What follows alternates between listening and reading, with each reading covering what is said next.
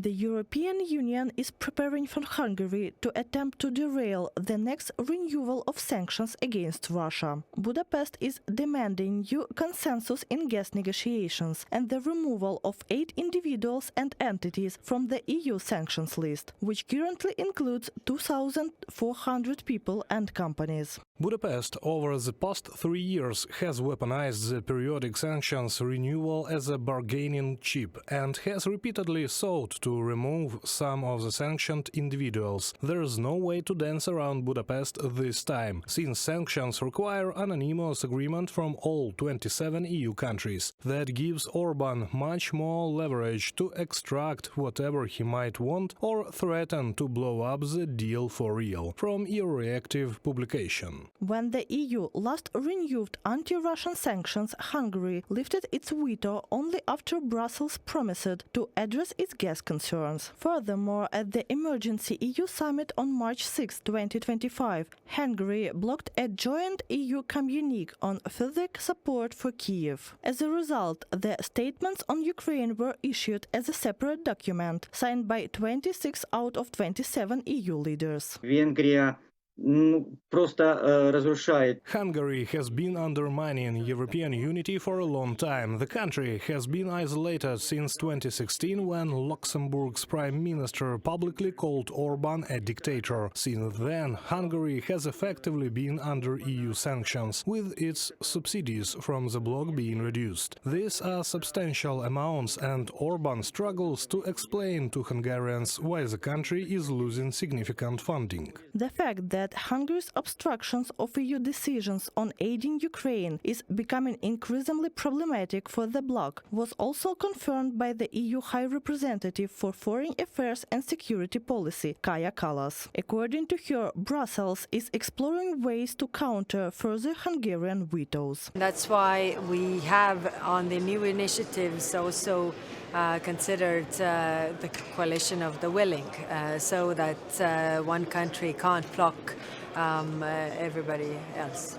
We are still striving for having the unity of 27 members, and if that's not possible, then Hungary can speak for themselves. Members of the European Parliament may attempt to strip Hungary of its voting rights following its repeated obstruction of joint decisions. According to a March 5 report from Politico, MEPs from the Volt Party plan to submit a proposal to EU leaders to this effect. Similar calls have been made before, in July 2024, following Hungarian Prime Minister Viktor Orban's so-called peace tour to Russia and China. 63 MEP urged European Commission President Ursula von der Leyen, European Council President Charles Michel and European Parliament President Roberta Metsola to revoke Hungary's voting rights. This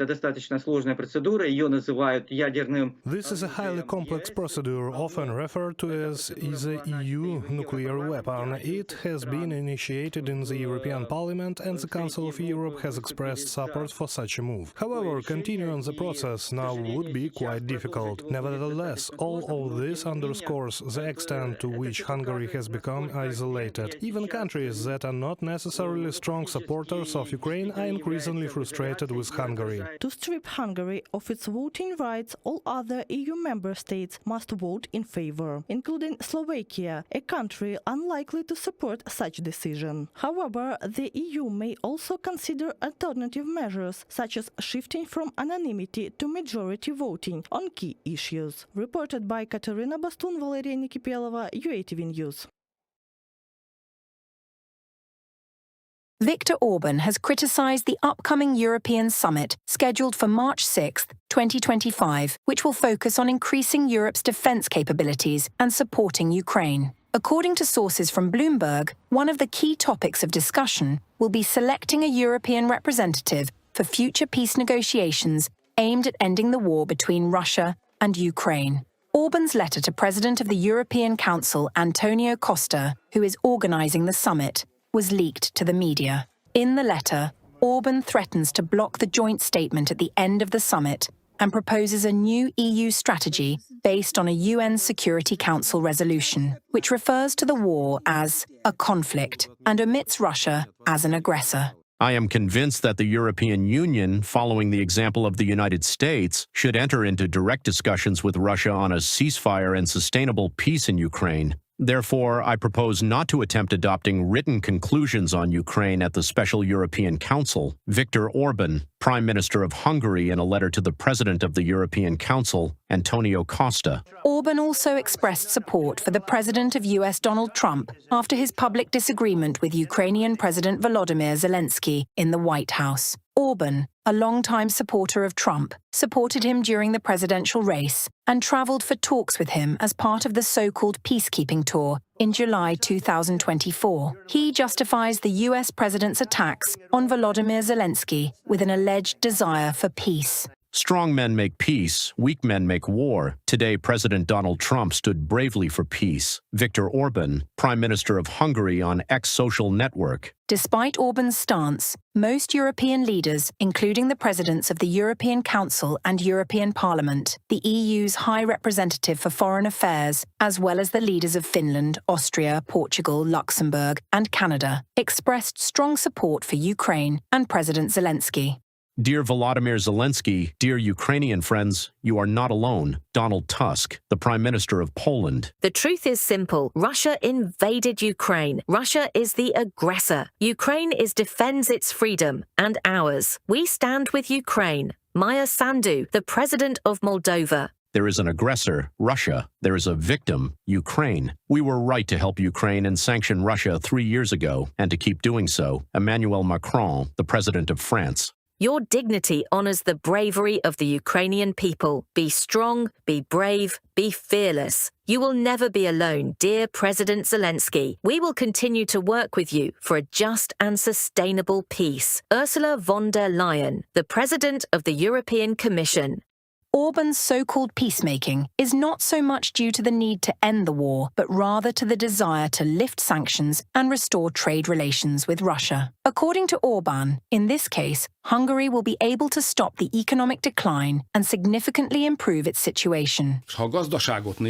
Considering the economy, with the sanctions and the war sanctions, Hungary lost 6.7 billion euros per year, which was around 20 billion euros altogether. This is a huge amount of money, so if the President of the US comes and creates peace, there is a deal. I think Russia will be reintegrated into the world economy, will be reintegrated into the European security system and even the European economic and energy system. That will give a huge boost to the Hungarian economy. It is a huge opportunity. We will win a lot with a peace deal. Orban's views have been sharply criticized by Hungary's opposition. Peter Magyar, president of the largest opposition party, TISA, believes that the country's economic difficulties are caused by Orban's corruption and constant conflicts with Brussels. According to Magyar, closer integration with the EU's institutions is the solution to Hungary's problems. One of the most important tasks of the TISA government will be to address the staggering cost of living crisis caused by the Orban government and the increasingly severe demographic catastrophe. Every decision will be taken with these challenges in mind. It is clear that the propaganda of success is leaked.